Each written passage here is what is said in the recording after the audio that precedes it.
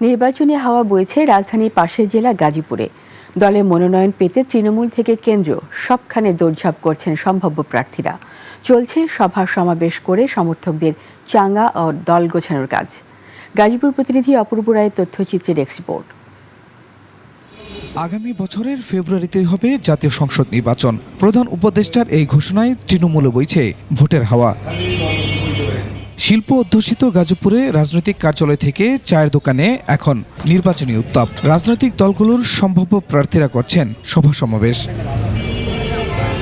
আগামীর বাংলাদেশ নিয়ে দলের অবস্থান তুলে ধরতে তৃণমূল থেকে মাঠ পর্যায়ে কাজ করছেন বিএনপির নেতাকর্মীরা। আমাদের তৃণমূলের মাঠ পর্যায়ে আমরা সক্রিয়ভাবে আমাদের নেতাকর্মীদের নিয়ে আমরা কাজ করে যাচ্ছি।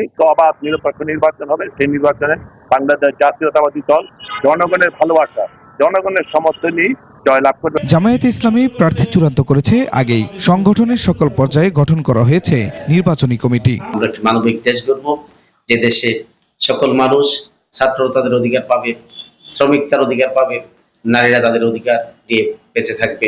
আমরা জনগণের কাছে যাচ্ছি বাংলাদেশকে একটা কল্যাণমূলক রাষ্ট্র পরিচালনা করার জন্য। নির্বাচন সামনে রেখে সংগঠনকে শক্তিশালী করতে উদ্যোগ নিয়েছে এনসিপি। কর্মী সমাবেশ সহ করা হচ্ছে উঠান বৈঠক। আমরা গাজীপুরে বিশেষ করে অন্যতমভাবে সাংগঠনিকভাবে শক্তিশালী করার জন্য যা যা প্রয়োজন সব কাজে আমরা করতেছি। নির্বাচনী কার্যক্রম শুরু করেছে ইসলামী আন্দোলন বাংলাদেশও। আমরা সমাজের ইনসাফ প্রতিষ্ঠার জন্য আমরা মাঠে ময়দানে সোচ্চার থাকব। সুষ্ঠু ভোটের মাধ্যমে জনবান্ধব প্রার্থী নির্বাচন করতে চান সাধারণ ভোটাররা। যারা প্রার্থী হবে তারা জনগণের কথা বলবে।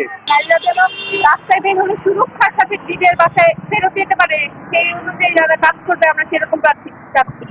আমাদের মনে আনন্দ যে একটা নির্বাচন আসতেছে, সুষ্ঠু নির্বাচন। আমরা ধন্যবাদ জানাই বর্তমান প্রধান উপদেষ্টাকে, যিনি রুটম্যাপ দিছে মানুষের আস্থা অর্জন সেবা করতে পারে, আমরা সেই ব্যক্তিকেই বেছে নিতে পারি। প্রার্থীগুলো নির্বাচিত হইলে কাঙ্ক্ষিত উন্নয়নটা হবে। গাজীপুরে দ্বাদশ নির্বাচনে আসন ছিল 5টি, তবে এবার জনসংখ্যার অনুপাত হারে একটি আসন বাড়িয়ে 6টি করা হয়েছে। Khurshid Alam, desk report, 21 television.